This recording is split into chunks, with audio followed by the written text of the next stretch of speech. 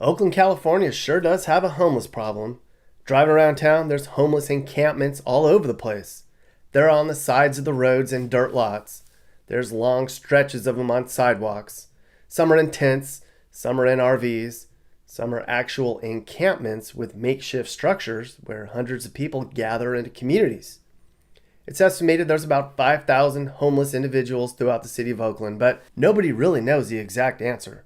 And the number of people on the streets in Oakland's nearly doubled in the last 2 years alone. A lot of that has to do with the high cost of living in the Bay Area. Apartments that were once $1,000 a month now cost closer to $3,000 a month. A lot of the homeless are addicts, but there's no real one reason homelessness is so high in Oakland. If you ask 10 homeless people why they live on the streets, you're going to get 10 different answers. Look at this one in West Oakland. This one is sort of sanctioned by the city, meaning they don't run them off. Sometimes it's easier to keep them in one place so they can monitor them and provide support. But this problem's impacting the community in a big way. Local businesses complain about losing customers. I mean, would you want to park near here to shop? Residents complain about homeless people stealing from them. Neighbors complain about loud noise and trash. Some say helping the homeless is backfiring. And the Oakland police are already stretched thin because of low numbers. There's many reasons for that. Vaccine mandates, early retirements, and being defunded. Now, I spent 2 days driving around Oakland looking at how run down this once proud city's become. And along the way, I recorded all the homeless camps I saw. But there was one particular homeless camp that I stumbled onto which put into perspective the state of homelessness here in Oakland and actually changed my perspective on the homeless problem in general. As I was driving around on the west side of town, I came across a huge makeshift camp made up of RVs and improvised shelters, something that looked like what you would see in a third world country. It was under a freeway overpass across the street from a public park, in an abandoned area of former warehouses that people had used to dump their crap for years. As I learned, the RVs parked here were actually the working poor, people who had decent jobs but still couldn't afford a place to live in Oakland. Some are even doctors who were new to the city and had to save up enough money to afford a down payment on their first apartments. But many of the people outside of the homeless RV park were people who had been here for a long time. Some were trying to save money to change their situation. Despite the way it looks from the street, this camp was well organized. There's even leaders here who enforce rules, and there's even camp security. It's a camp with community and pride and progress. And as I learned, a lot of the people in this camp are actually trying to make this temporary homeless camp their permanent home. Their goal is to get Caltrans to donate the land to a nonprofit they had set up so they could raise money to build a permanent village of tiny homes where they would then live. So they were squatting here until they could get agencies to help them with their goals. As they would explain to me, they'd be getting a job and a house at the same time, since their jobs would be building their new homes. And then after their village was built, their jobs would be managing their village. They're serious about it. This man goes by Ohio. He founded this makeshift camp 15 years ago. We started feeding people out of my house. And then me and my wife ended up separated and I ended up in the streets. That was about 15 years ago. I ended up down here. I was the first one down here. The police ran me out of here. You were the first one here? First one here. There was no tents, no nothing. I had a black Dodge Dakota. I was sleeping in. I was scrapping metal at that time. And then I got sick from being down here and all this stuff. See, these people get sick. You get sick from, not from the COVID, not from none of that. It's from the garbage that people come dump. These aren't the people that's dumping this stuff. Yeah, I mean, look, yeah.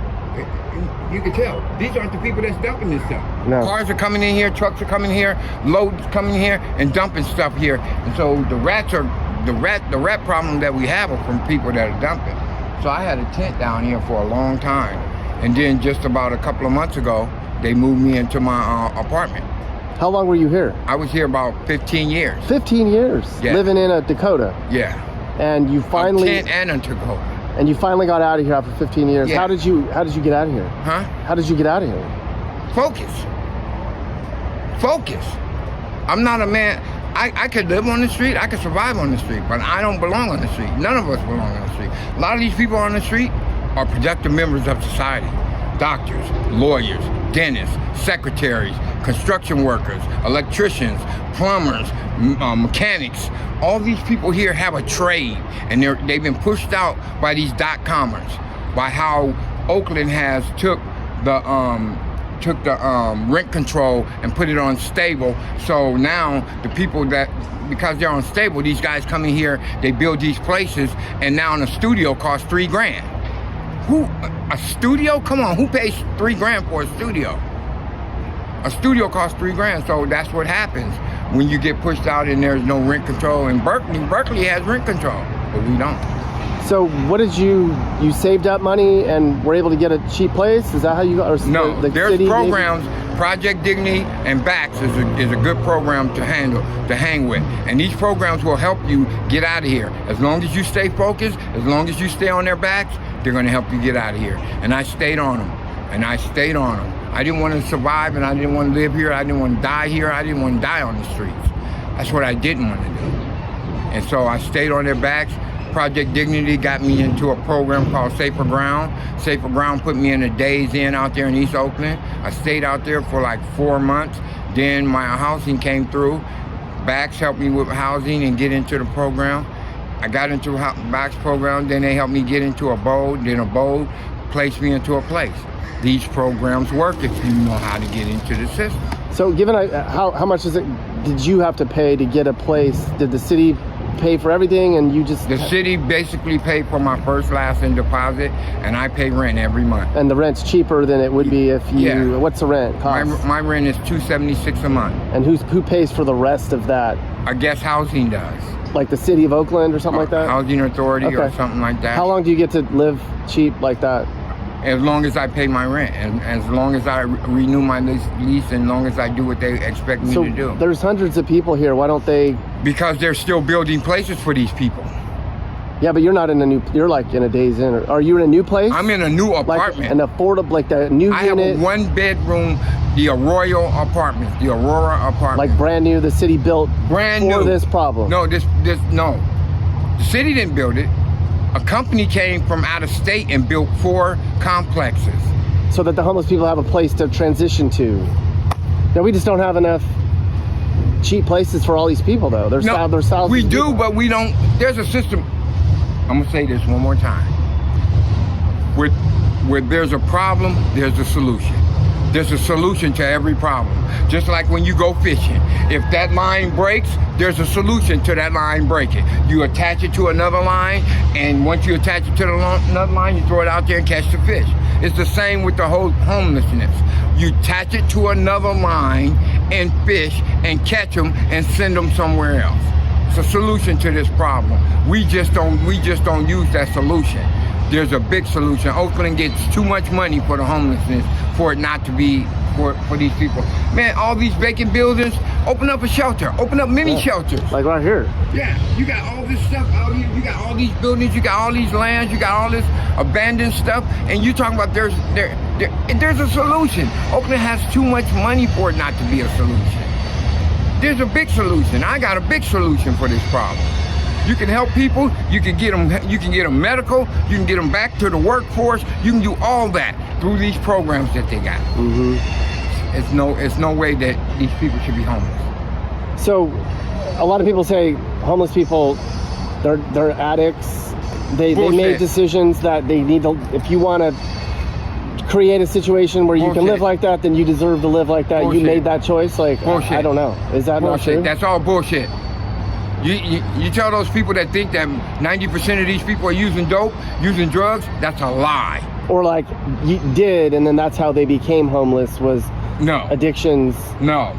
So what percentage of the people out here in this place? Probably 5% of people use drugs. Used or use? Use drugs, use whatever situation you want. So 1 out of 20 is an addict. The rest are people like yourself that want to get out of here. That want to get out of here. Mm-hmm. Yeah, it's not in this lifetime they were pushed to the streets. These people wasn't addicts. These people didn't use drugs. Some of these people worked in the city. Some of these people work with the councilman. Some of these you have no idea how much education is out here on the street. So they could miss me with that bullshit about the drugs and all that shit. That shit's a lie.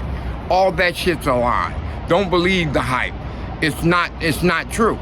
It's not true at all. So you think it's just a cost of living problem? Yeah. It's just too expensive for people to live. Who can pay $3,000 for a studio? Why don't they just leave Oakland and go somewhere to Oklahoma where it's $700? Well, you gotta understand. You gotta understand this. This is their home. Yeah. Most of these people were raised here. Most of these people were born here. They shouldn't have to leave where they want to be. I shouldn't have to leave and go to Denver. I'm from Ohio. It's way cheaper in Ohio than it is here. Mm-hmm. But I love California. I love California. I love Oakland, California more than anything. So why should I have to leave? Because you decide that you want to put rent control on hold and push us into the street.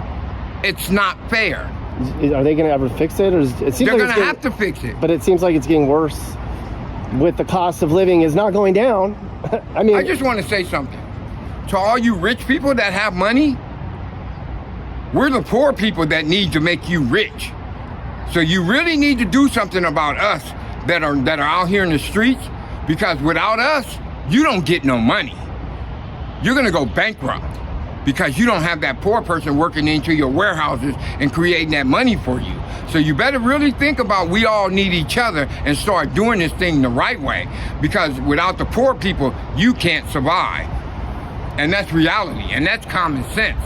This man that runs your plumbing company, that digs your hole, and you want to get rid of him and hire some other cheap labor that don't do it right, you better think about it. All you Clorox people that own these Clorox, you got people that run your lines, that runs your warehouse, that you done threw in the street.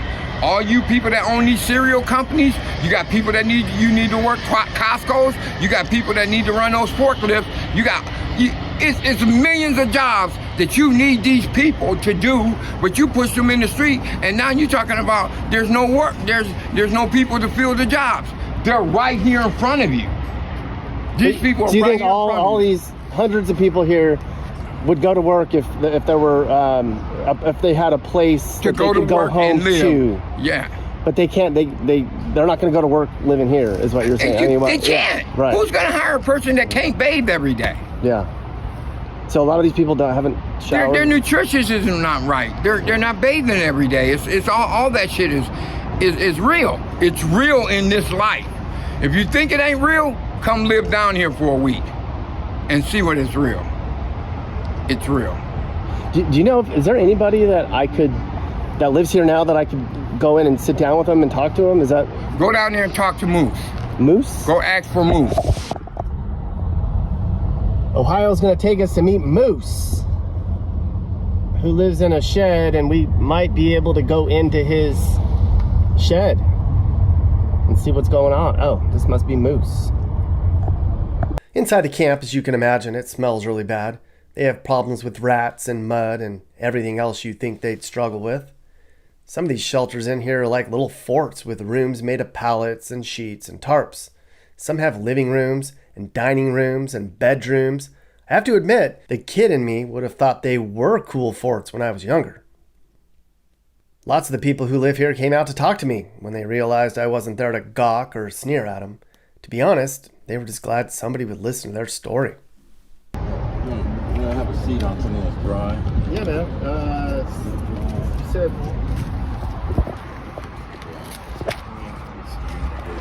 Yeah, like, it's like, is that sun's in your face? Let's go like over here. Like, can you like stand like right here maybe? And then it's not in your face. Can I ask a few questions? Yeah. Okay. Yeah. Hold on, Didi. All right, so I talked to Ohio, and he said that, I mean, a misnomer that people have is that people on the streets, it's their own problem, and then he said that you come from a good background, and I mean, how did you end up here? The truth? Yeah. Drugs and being irresponsible, honestly, is what landed me here after all these years. Sorry, Didi, just a second. That's just the bottom line right there. I got caught up in a lifestyle that I couldn't control and landed here, but it's not as I don't want to say as bad as it seems, but I met a lot of good people out here since I've been out here. Learned a lot about myself, learned a lot about the community and society and how things really run and where the help is at. Learn how to build a little bit. I don't know. I don't want to stay here, but we're in the midst of doing something that could help tens of thousands of people across America, honestly, if things work out with us figuring out a way to help curb the homeless problem. And that's the biggest thing is housing, being able to afford housing and stuff. And really that's what we're fighting for on this piece of land that we're here right now. We're fighting to keep this so we can build miniature homes